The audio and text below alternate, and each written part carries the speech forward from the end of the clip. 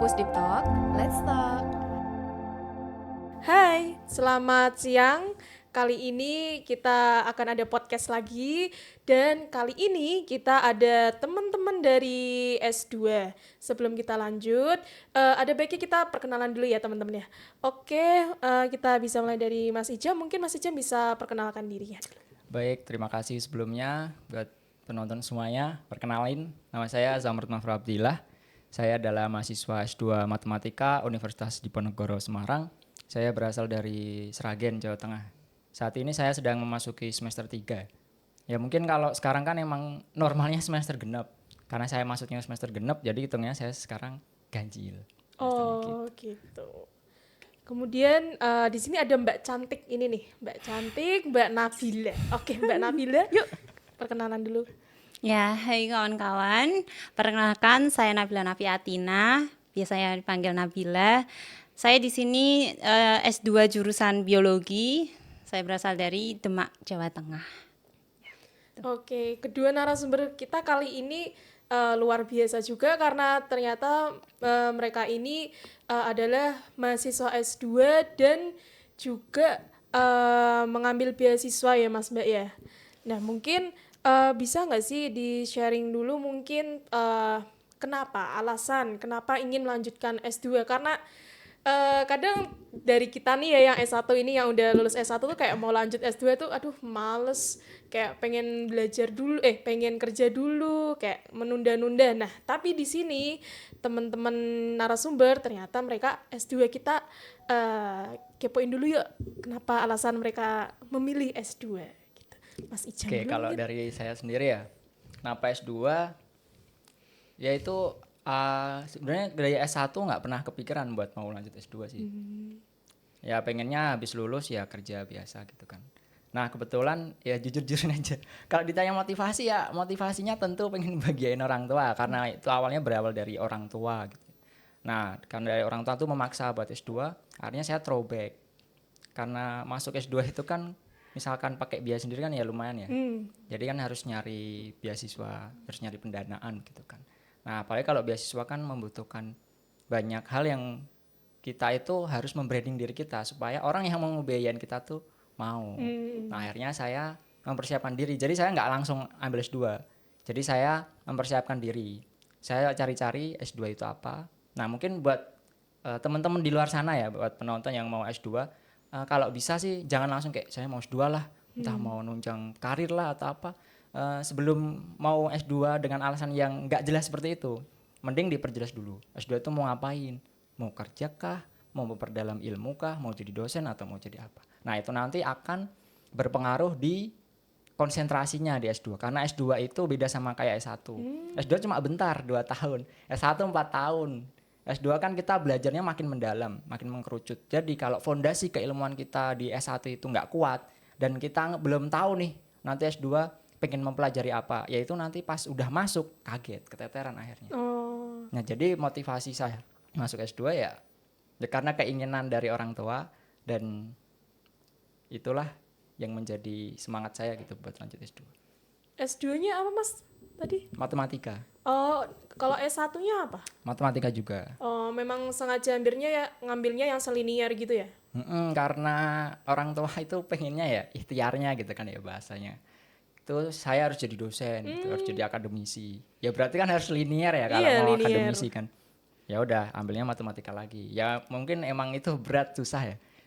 Tapi kembali lagi sih, suatu hal itu akan menjadi enjoy, menjadi enak ketika kita menyukai hal tersebut gitu. Jadi ya enjoy aja. Ya susah tapi ya enjoy aja gitu.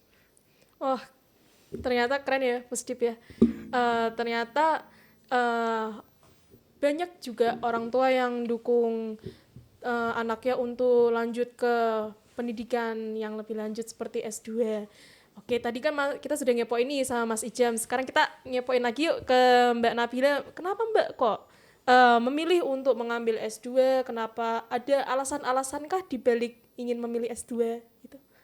Ya, jadi saya itu kepingin ngambil S2 karena ya salah satunya itu dari pihak orang tua emang maunya juga lanjut kayak gitu kan. Tapi saya sendiri memang juga apa ya, passionnya juga emang suka sih untuk memperdalam ilmu di biologi itu kayak gitu kan. Ya, jadi saya pikir kesempatan lah untuk memperdalam ilmu, apalagi saya tuh kan S1-nya angkatan 18, ya kan. Nah, itu sempat kepotong sama COVID. Jadi ya belajarnya online, otomatis kan kurang maksimal ya. Terus ya saya pikir ini mungkin kesempatan untuk memperdalam ilmu kayak gitu. Dan karena juga saya tertarik untuk jadi akademisi, jadi ya sekalian aja saya ngambilnya linier kayak gitu. Oh, tadi apa Mbak S2-nya? Biologi. Biologi. S1 berarti biologi juga. Iya, biologi Oh, murni. berarti ini Mas Ijam sama Mbak Nabila ini sefakultas ya? FSM ya? Iya, Iya, Mas. sains oke. matematika. Wah, biologi. Oh, biologi itu mungkin bisa kayak di spill Mbak. Biologi tentang apa kan? Kok tadi kalau matematika kan mungkin ya sudah jelas ya, kayak misalnya kita nanti akan belajar numerik dan lain sebagainya. Kalau biologi mungkin bisa dikasih tahu dikit Mbak, itu tuh mempelajari tentang apa gitu. Oh, jadi kalau di Undip nih ya, khususnya biologinya, itu ada dibagi jadi 3. Nah, mikrobiologi, kemudian ada bioteknologi, kemudian yang kedua itu fokus di anatomi dan fisiologi, tumbuhan dan hewan, kayak gitu. Nah, yang ketiga itu ekologi dan biodiversitas hewan dan tumbuhan, gitu cakupannya. Nah, kalau saya sendiri lebih ke fisiologi tumbuhan, kayak gitu. Oh, oke. Jadi dalam-dalamnya tumbuhan itu. Oh, dalam-dalamnya tumbuhan. Tumbuhan sudah, misalnya kayak daun sudah setipis itu, ternyata masih ada struktur di dalamnya lagi. Dan mekanisme-mekanismenya yang di dalam itu kayak luar gitu. biasa. Nah, ini kita mungkin sudah sedikit tahu ya tentang narasumber kita hari ini, dan mungkin kita akan ke pembahasan selanjutnya. Mungkin Mas Ijam dan Mbak Nabila bisa kasih tahu kami ke teman-teman positif juga tentang beasiswa yang Mas dan Mbak ambil atau yang diperjuangkan sebelumnya itu tuh apa aja. Mungkin bisa Mbak Nabila dulu ya. Oh ya. Jadi saya itu masuk di S2 Undip. Ini jalurnya kan di S2 Undip itu ada jalur mandiri ya, sama beasiswa. Nah, tapi dari Undipnya sendiri itu punya beasiswa namanya Pas-Paska. Kayak gitu. Itu kayak beasiswa khusus alumni Undip gitu. Ya faedahnya ada banyak. Jadi kita nggak perlu biaya pendaftaran, kemudian juga kita nggak perlu bayar biaya institusi, pengembangan institusi, uang gedung ya. Terus UKT-nya sama kayak S1. Jadi bayangkan aja kita bisa lanjut studi dengan ilmu yang lebih dalam, tapi biayanya kayak S1 kan, win-win. Win-win solution. Iya. Gitu. Terus ada lagi Mbak? Kalau dari saya itu sih, saya ngambilnya tadi itu Pas-Paska itu kayak gitu. Oh, itu kalau info-infonya tahu dari mana Mbak? Pas-Paska itu saya dapat infonya dari website PMB Undip. Nah, di situ nanti udah ada tulisannya ya, Pas-Paska. Terus ada persyaratannya juga. Nah, kebetulan sekarang ini Pas-Paska juga baru buka. Oh, ini Yeah. info baru nih, breaking news ya. Ya. Buka dari tanggal 24 sampai 10 April 2025 pendaftarannya. Gitu. Oh, berarti kalau Pas-Paska ya. Iya, Pas-Paska. Pas-Paska itu berarti nanti kita kuliah dulu ya. Kuliah dulu dengan biaya kita sendiri dulu. Baru nanti kalau misal ada kayak pembukaan beasiswa yang Pas-Paska itu, baru kita bisa mendaftar atau gimana? Oh, enggak, itu beasiswa Pas-Paska itu kita masuk dengan jalur itu. Kayak gitu dari awal, bukan dari ongoing. awal. Iya, dia nggak bisa ongoing kayak gitu. Dan itu perlu diketahui, Pas-Paska itu bisa untuk S1 ke S2, kemudian profesi juga bisa, terus S1 terapan ke S2. Tapi kayaknya itu ada jurusan tertentu gitu kalau ke S2-nya. Mungkin nanti bisa di cross check lagi di websitenya kayak gitu. Oh iya, website-nya apa Mbak? Mungkin bisa di-spill. Ya, pmb.undip.ac.id. Oh, oke. Ya, Nanti kayaknya teman-teman positif yang mau kepoin tentang beasiswa Pas-Paska nanti bisa mengunjungi websitenya. Dan mungkin saya mau nanya lagi deh, Mbak. Itu tuh untuk pembukaan Pas-Paska itu setahun tuh ada berapa kali Mbak? Apa sekali atau lebih dari sekali? Saya sendiri kurang tahu pastinya ya. Tapi seingat saya itu ada terus jadi tiap semester gitu. Karena saya sendiri masuknya juga semester genap. Kan biasanya kan kalau umumnya mahasiswa masuknya semester ganjil ya. Saya masuknya di genap kayak gitu. Saya waktu itu ngincer yang ganjil tapi ternyata udah tutup duluan kayak gitu. Jadi ya berarti mungkin ada terus gitu sih. Oke, tadi kan sempat Mbak Nabila menyampaikan kayak syarat-syarat tes pintas ya. Mungkin bisa agak detail dikit Mbak untuk persyaratan yang beasiswa pasca ini Mbak. Oh iya. Yang Mbak inget aja sih ya, karena itu kan udah agak lama ya Mbak ya. Iya. Oh iya, oke. Jadi beasiswa pasca itu syaratnya maksimal lulus 6 bulan dari tanggal kelulusan yang ada di ijazah. Kayak gitu. Kemudian linearitas itu nanti bisa disesuaikan sama persyaratan program studi yang kita tuju karena itu beda-beda. Kemudian ada syarat TOEFL juga. Syarat administrasinya ya mungkin pemberkasannya itu ada TOEFL. Kemudian nanti kita harus minta rekomendasi dari 2 dosen kayak gitu. Dan dosennya ya yang dosen doktor mungkin ya atau profesor kayak gitu. Kemudian proposal tesis. Nah, itu wajib. Ya itu. Oh, oke. Syarat-syarat. Tadi kan sempat dibilang sama Mbak Nabila kalau misalnya kita harus ada surat rekomendasi dari dosen. Nah, itu kita cara nyuwunnya itu tuh gimana Mbak ke dosennya? Itu kita dosennya milih sendiri yang kita percayai atau itu ada syarat khususnya apa gimana gitu Mbak? Nah, selain syarat khususnya tadi yang dosen harus lektor kepala atau yang doktor atau ya yang udah berpendidikan S3. Nah, kalau menurut saya ya itu sekalian kita itu mau penelitian apa. Nah, jadi sekalian untuk mendiskusikan proposal tesis kayak gitu. Jadi kita nanti udah ada pembahasan sama dosen itu dan jadi dapat rekomendasi juga dari dosen itu kayak gitu. Itu sih gampangnya. Oh, oke. Berarti banyak juga ya persyaratannya yang mulai dari TOEFL dan lain sebagainya sampai surat rekomendasi. Mungkin untuk beasiswanya itu apakah full selama kuliah nanti sampai lulus atau misalnya ada batas waktu misalnya nanti Mbak ada 2 tahun harus lulus apa gimana? Oh, kalau dari pasca ya dan yang saya baca terakhir itu ya nggak ada sih, tapi emang full dari awal masuk sampai nanti lulus itu harus maksudnya biayanya itu tadi biaya S1 kayak gitu. Yang membedakan itu justru tuh yang dari S1-nya KIPK.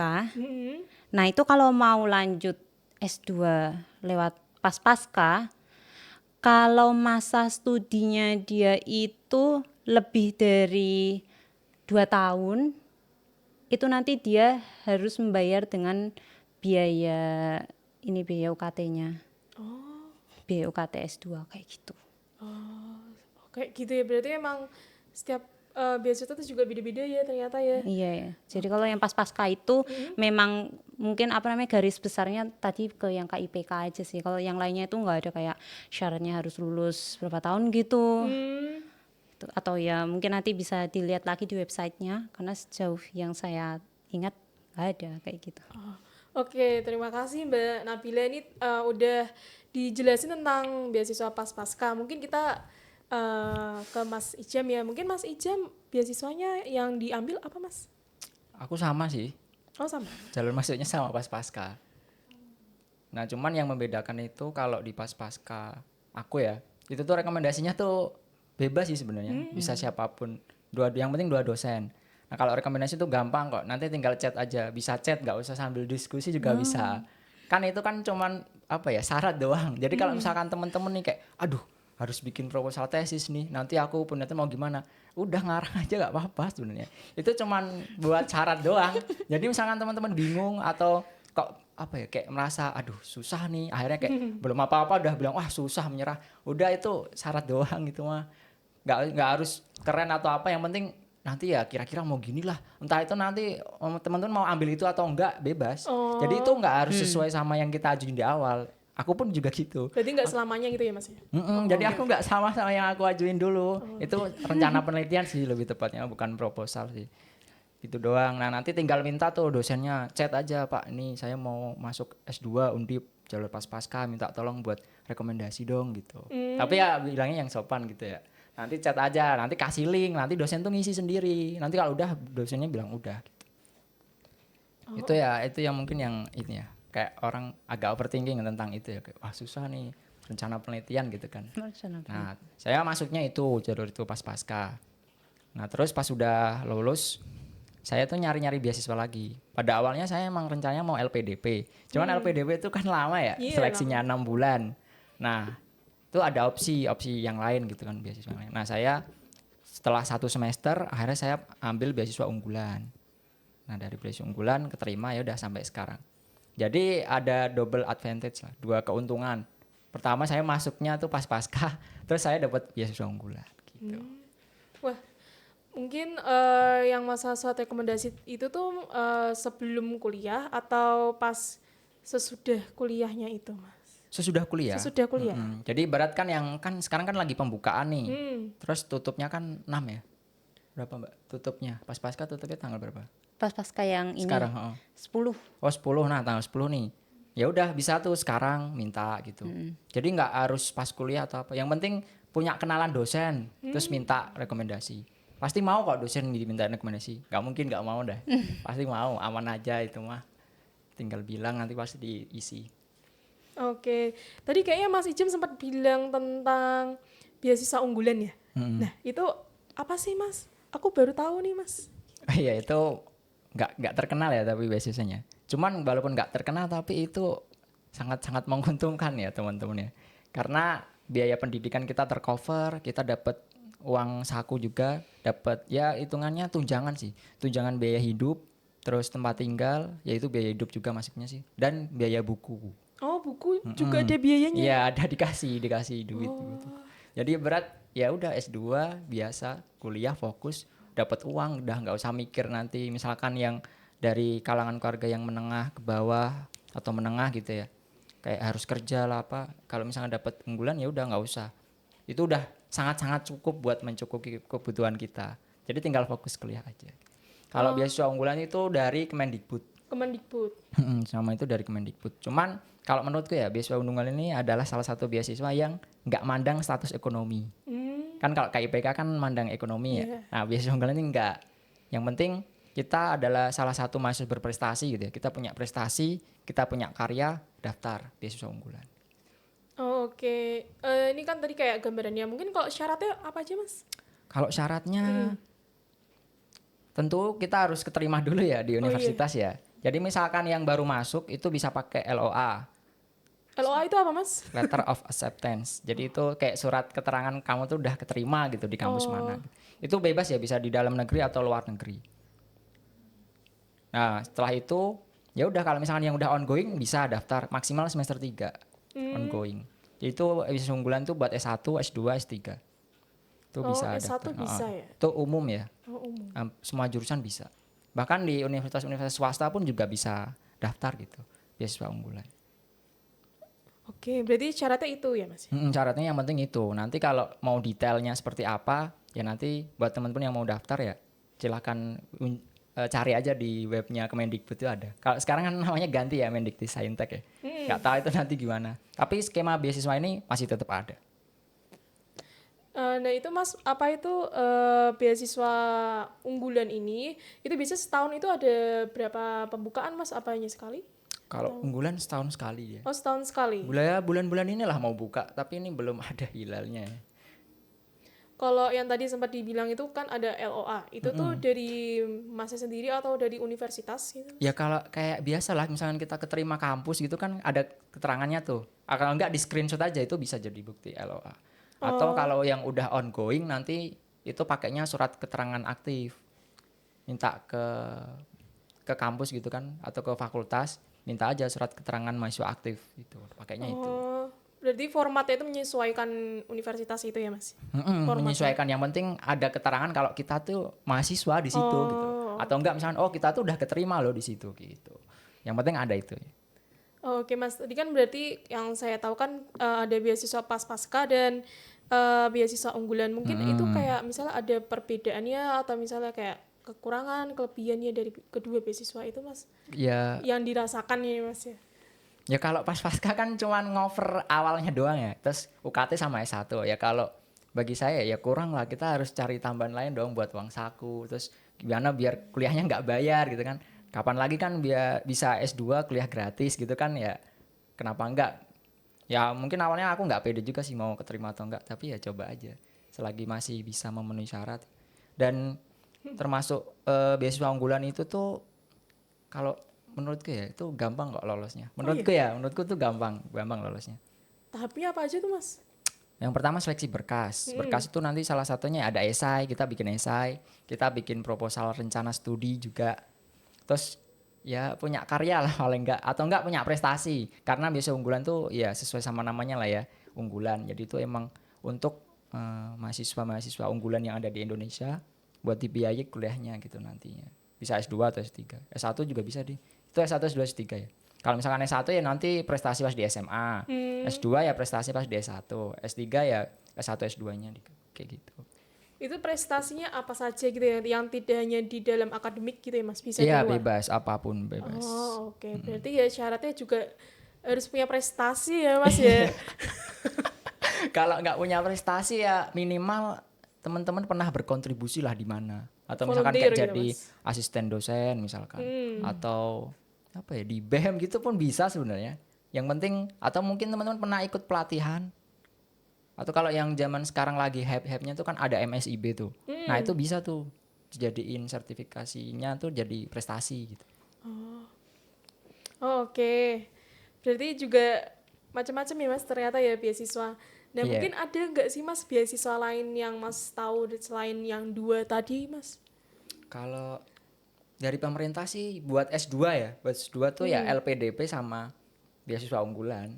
Oh itu. Selain itu ya ada sih PMDSU tapi itu programnya dari S2, S3 ngerangkep jadi satu. Oh maksudnya gimana tuh Mas? Itu PMDSU tuh beasiswa pendidikan magister menuju doktoral untuk sarjana unggulan. Jadi itu program buat mahasiswa yang unggul gitulah ya. Berprestasi. Nah, nanti daftar itu misalkan keterima nanti kuliahnya 6 tahun. Itu tuh nanti selesai udah jadi doktor. Oh iya. Jadi itu gabungan. Jadi S2, S3 jadi satu rangkep gitu. Cuman kalau di PMDSU itu menyesuaikan bidang yang ada yang ditawarkan gitu. Jadi nggak semua bidang bisa. Oh Jadi kita yang milih ditawarkan. gitu. Oh. Kalau nggak gitu ya nggak bisa cepet 6 tahun gitu. Dan syaratnya juga Ya syaratnya kalau S1 Lebih. maksimal umur 24 tahun. Kalau lebih dari itu nggak bisa. syarat publikasi juga itu lebih. Ya itu pas sudah masuknya sih. Oh iya, Nanti- pas udah keterima di PMDSU-nya. Oh.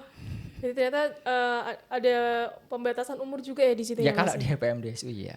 Tapi kalau dari beasiswa pemerintah ya buat S2 kan 3 itu ya LPDP. LPDP kan nanti masih ada turunannya lagi tuh. Yang afirmasi, yang umum, terus ada yang BPI Beasiswa Pendidikan Indonesia. Itu kan buat calon pendidik ya atau buat dosen, calon dosen gitu-gitu. Nah, kalau dari 3 ini tuh yang paling rendah kastanya tuh sebenarnya beasiswa unggulan karena beasiswa unggulan tuh nggak nge-cover biaya penelitian. Kalau LPDP sama PMDSU tuh di cover. Oh ada. Jadi lebih banyak lah duitnya. Jadi beasiswa unggulan tuh paling dikit. Tapi ya lumayan lah worth it gitu kalau beasiswa unggulan. Itu makanya kan saya tadi bilang kalau di awal beasiswa unggulan tuh ya gampang sih, nggak susah-susah banget daftarnya. Coba aja. Ya yang penting kita coba dulu ya Mas.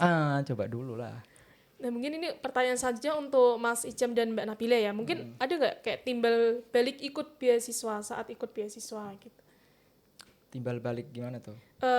Misalnya apa yang harus diberikan ke beasiswanya? Misalnya kita apakah menjadi yang mahasiswa yang aktif, ikut sesuatu gitu selama beasiswanya gitu loh Mas. Oh, Kegiatan-kegiatan di beasiswa itu, misalnya kegiatan beasiswa A itu misalnya ada kegiatan A gitu, nah kita harus join gitu kayak gitu. oke. Kalau di beasiswa pemerintah ya, itu tuh paling kalau menurutku paling enak sih. Ketika kita udah masuk keterima, ya udah kita nggak ada tuntutan apa-apa. Kecuali yang LPDP ya, mungkin yang dari luar negeri nanti harus kembali. Nah, kalau beasiswa unggulan ini enggak, yang penting lulus dah. Kalau enggak ya nanti bayar selanjutnya bayar sendiri. Kan beasiswa unggulan itu cuma mengcover masa studi kita. Kalau S1 tuh 4 tahun, S2 2 tahun, S3 tuh 3 tahun kayaknya. Nah, kalau lebih dari itu nanti bayar sendiri. Beasiswa unggulan tuh nggak pernah menekankan buat awardee-nya ya, buat penerimanya itu buat harus ini itu, enggak harus. Ya mereka cuman ya udah ini uang dana dari APBN gitu ya buat mengembangkan manusia-manusia yang ada di Indonesia gitu. Udah gitu doang. Kalau Mbak Nabila pas pasca itu ada nggak kayak timbal baliknya gitu dari Mbak Nabila untuk beasiswa itu? Kalau dari beasiswanya sendiri sih nggak ada sih ketentuan kayak gitu untuk timbal baliknya apa kayak gitu. Cuma ya sadar diri aja lah ya, kita udah dikasih keringanan sama kampus kayak gitu ya, mencoba aktif di kampus kayak gitu. Itu bagus sih kalau kayak gitu. Ya kalau misalkan teman-teman ya jangan kayak saya lah. Kalau bisa sebisa mungkin ya, karena kita itu memakan uang dari rakyat kan. Itu kan APBN soalnya, uang pajak. Dan itu termasuk buat teman-teman yang KIPK juga nih. Jadi kalau misalkan teman-teman dapat keuntungan gitu dari negara, ya sebisa mungkin lah maksimalkan uang itu buat meningkatkan kapasitas diri teman-teman. Belajar hal-hal yang disukai, mencoba buat berinovasi atau memberikan dampak baik lah buat negara ini. Apapun itu, hal yang teman-teman sukai. Jadi kalau bisa ya jangan ya udah dapat ya udah kuliah biasa, nggak ngapa-ngapain, uangnya buat beli ini, buat itu, buat beli hal-hal yang nggak bermanfaat. Nah itu aku sangat nggak merekomendasikan. Karena kalau jujur ya di teman-teman di itu banyak yang kayak gitu, banyak ya. Kalau dari saya sendiri ya uangnya tetap aku buat beli kelas gitu ya. Misalkan teman-teman buat upgrade diri kan bisa tuh. Banyak kan sekarang kursus-kursus gitu, ikut bootcamp. Nah buat itu kayak gitu. Karena S2 kan udah susah gitu, mau ikut lomba kan susah. Kalau S1 kan masih banyak tuh lomba-lomba. Nah uangnya kan bisa tuh dibawa ke situ buat ikut lomba lah, buat coba berkarya apa gitu kan bisa. Nah kalau S2 ya paling gitu doang. Paling uangnya ya buat meningkatkan kapasitas diri, nanti buat berimpact kembali ke negara. Oke. Kemudian ada nggak sih kayak perbedaan antara S1 dengan S2? Mungkin Mbak Nabila bisa sharing Mbak perbedaannya nih yang kerasa banget gitu. Perbedaannya yang kerasa banget tentu pembelajarannya ya. Karena S1 itu kan rame. Sedangkan S2 itu kebanyakan itu lebih sedikit muridnya. Jadi lebih terfokus kayak gitu. Lebih enak juga karena kita bisa lebih mendalami, dan jangan takut lah kalau mikir tuh nanti sendirian mungkin di kelas kayak gitu, nanti bingung mau nanya apa kayak gitu kan. Enggak, itu enggak akan terjadi. Itu akan ya nanti secara enggak langsung kita tuh akan terpancing untuk bertanya terus. Jadi bisa benar-benar mendalami ilmunya. Itu sih yang paling kerasa banget bedanya untuk S1 dengan S2. Kemudian S2 itu kan ada syarat publikasi. Nah, itu publikasi itu gimana ya? Beda ya sama S1. Karena kita akan lebih mendalami, apalagi nanti kalau yang ikut beasiswa kayak gitu, syarat publikasinya kan ada tuntutannya sendiri. Nah, tapi di Perpus Undip ini ya alhamdulillahnya itu kan banyak didukung sama fasilitasnya itu loh, yang jurnal yang dilanggan Undip. Nah, dari situ kita manfaatin untuk untuk membuat jurnal yang lebih baik kayak gitu. Terus nih saya ngerasa dari S2 itu saya dapat info-info tentang kampus yang lebih banyak. Kayak ya kegiatan yang ada di sini di Perpus Undip, TEC yang kelas bahasa Inggris itu. Habis itu ada klinik manuskrip. Nah, itu penting banget ya. Sebenarnya itu kan bisa diikuti dari S1 sampai dosen malah itu. Nah, tapi infonya itu tuh jarang kita tahu kayak gitu. Apalagi kalau anak S1 kan biasanya kita sibuk organisasi atau pulang kayak gitu aja kan. Kalau S2 kan enggak. Cobalah cari info, dimanfaatkan dengan waktu yang sesempit ini kayak gitu. Ikut klinik manuskrip kan juga untungnya nanti buat ngebantu kita pas bikin jurnal. Kayak gitu sih. Jadi ya itu tadi, banyak info dan bisa mendalami ilmu lagi. Oke. Sekalian promosi ya, jadi memang di Perpus Undip itu kita juga ada namanya klinik tugas akhir dan Tuesday English Class bagi teman-teman yang ingin upgrade skill, baik itu membantu dalam penulisan referensi dan speaking in English, kita juga ada program itu. Nah, mungkin kita kembali lagi, kita ke Mas Ija, mungkin bisa sharing lagi Mas. Kalau tentang perbedaan ya perbedaan S1 S2. hampir sama, cuman ya menurutku yang paling beda itu adalah ketika kita ingin mempelajari sesuatu atau kita ingin mengerjakan sesuatu gitu. Kalau zaman S1 kan misalkan suruh ini bikin makalah gitu ya. Misalkan kita suruh bikin review. Ya udah kita copy-copy aja bisa jadi kan. Nah, kalau S2 ini nggak bisa. Kita mau bikin apapun itu ya, kita harus tahu tuh semua materinya. Kalau enggak rasanya tuh nggak enak, kayak ada yang kurang gitu. Jadi misalkan gampangannya aja lah skripsi. Kita nulis skripsi nih. Kalau S1 ya, misalkan kita nggak paham beberapa bagian kan kayak biasa aja ya. Tapi kalau S2 ini kita harus benar-benar detail, tahu semuanya. Kalau kita belum tahu semuanya dasar-dasarnya tuh rasanya kurang. Ya itu yang membedakan itu sih. Ya kurang lebih nambahin aja dari mana. Oh, oke.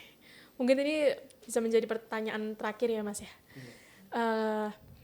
Mungkin bisa di pesan apa tuh motivasi atau misalnya kayak closing statement gini.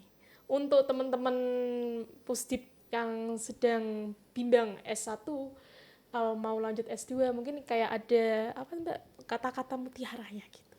Untuk dari Mas Ijam sama Mbak Nabila. Oke, dari aku dulu nih. Iya. Ya kalau dari aku sih sebenarnya nggak ada kata-kata sih. Saran aja buat teman-teman ya. Ketika emang pengen S2, walaupun mungkin landasan keilmuannya belum kuat, kalau saran saya coba cari dulu hal-hal yang teman-teman minati dan sukai dari bidang teman-teman gitu. Setiap jurusan kan pasti ada banyak kan konsentrasinya. Nah itu coba tetapin dulu nih teman-teman tuh mau ngapain, tujuannya tuh mau apa. Kalau habis itu nanti silahkan diperkuat keilmuannya gitu. Karena ketika keilmuan kita di S1 belum kuat gitu ya, itu nanti di S2 pasti bakal keteteran. Oh, keteteran. Iya, karena kita tuh belajarnya udah nggak banyak lagi, tapi mengkerucut mendalam. Nah kalau fondasi keilmuan kita ini lemah nih, ya udah pasti sedikit-sedikit kayak udah males lah, pusing lah, bisa jadi nanti stres lah, terus lulusnya lama gitu. Jadi ya ketika teman-teman minat belajarnya masih minim, coba itu ditingkatin dulu. Mungkin ada yang berpikir nggak, oh S2 itu nanti mau mempertinggi itu ini ya karir ya. Persentase keterima kerja itu tinggi. Ya kalau zaman sekarang tuh enggak sih sebenarnya. Yang paling penting itu adalah teman-teman itu mempunyai nilai yang tinggi, yang bagus, yang unik, yang beda dari orang lain. Dan mungkin buat teman-teman yang nggak punya uang gitu tapi pengen S2, ya itu yang harus dipersiapkan gitu. Ketika emang teman-teman mau pakai beasiswa, ya itulah hal yang penting gitu. Jadi teman-teman harus bisa membedakan nih apa yang membedain teman-teman dengan orang lain. Dan satu lagi yang paling penting itu adalah menjawab problem. Beasiswa sekarang itu lebih mencari orang-orang yang bisa menyelesaikan problem yang dari pemerintah ya. Jadi pemerintah itu udah nggak memandang kayak wah ini pinter banget nih, pinter parah. Itu tuh udah nomor 2 udah di samping lah. Yang paling penting itu sekarang teman-teman itu bisa menjawab permasalahan yang ada di Indonesia gitu. Dan itu nanti dituliskan di esai karena di beasiswa itu kan ada esai itu. Isinya branding diri sendiri kan. Nah kalau dari esai itu nanti diceritain tuh semuanya. Dari visi misinya apa, problem yang mau kita selesaikan itu apa. Terus linearitas dari apa yang udah kita lakukan dari dulu sampai sekarang itu apa. Jadi itu aja sih saranku teman-teman. Selamat berjuang, selamat menentukan kesenangan teman-teman mulai dari sekarang. Oke, terima kasih Mas Ijam. Kalau dari Mbak Nabila gimana Mbak? Kalau dari saya sendiri S2 itu ya pertama tetap tentukan tujuan dulu tadi mirip ya sama Mas Ijam. Terus yang kedua untuk S2 itu kan kita sering kali dengar kayak S2 itu adalah apa? Pengangguran yang tertunda. Waduh. Iya kan? Kayak gitu kan. Ya janganlah tersinggung kayak gitu. Maksudnya apa salahnya sih dari menganggur dengan menuntut ilmu lebih dalam, ya kan? Toh juga ilmu itu akan selalu berguna buat kita, buat orang lain, untuk meningkatkan kualitas diri dan apalagi untuk cewek ya. Cewek itu kan penting banget untuk memperdalam ilmu karena kita menurunkan intelijensia kah? Generasi penerus. Kayak gitu sih. Jadi nggak ada yang sia-sia dari menuntut ilmu lebih dalam, nggak ada sia-sia dari S2.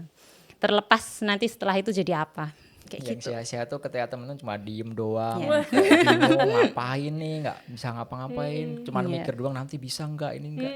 Itu yang sia-sia. Mending teman-teman mulai bergerak, ambil langkah. Ya sekecil apapun langkah yang teman-teman ambil, tetaplah melangkah. Karena itu nanti pasti akan berimpact besar buat diri teman-teman. Udah, langkah aja lah. Gerak aja terus. Jangan diem. Apapun itu, gerak aja gitu. Oke. Wah, narasumber hari ini kayak keren banget ya. Closing statement-nya nih, wah nendang banget. Nah ternyata kita nggak kerasa sudah 30 menit berlalu kita podcast hari ini. Dan mungkin sekian untuk podcast hari ini. Jangan lupa untuk menonton podcast ini di YouTube Perpustakaan Undip. Dan masih banyak sekali video-video podcast kami yang lain. Dan jangan lupa untuk memfollow sosial media kami, baik itu Instagram, kemudian ada Twitter, kemudian ada TikTok dan WhatsApp kami juga. Terima kasih Mas Ijem dan Mbak Nabila. Mungkin kita bisa ketemu di kesempatan lain. Dan terima kasih Pusdip yang sudah menonton. Bye-bye. Terima kasih. Push Deep Talk, let's talk.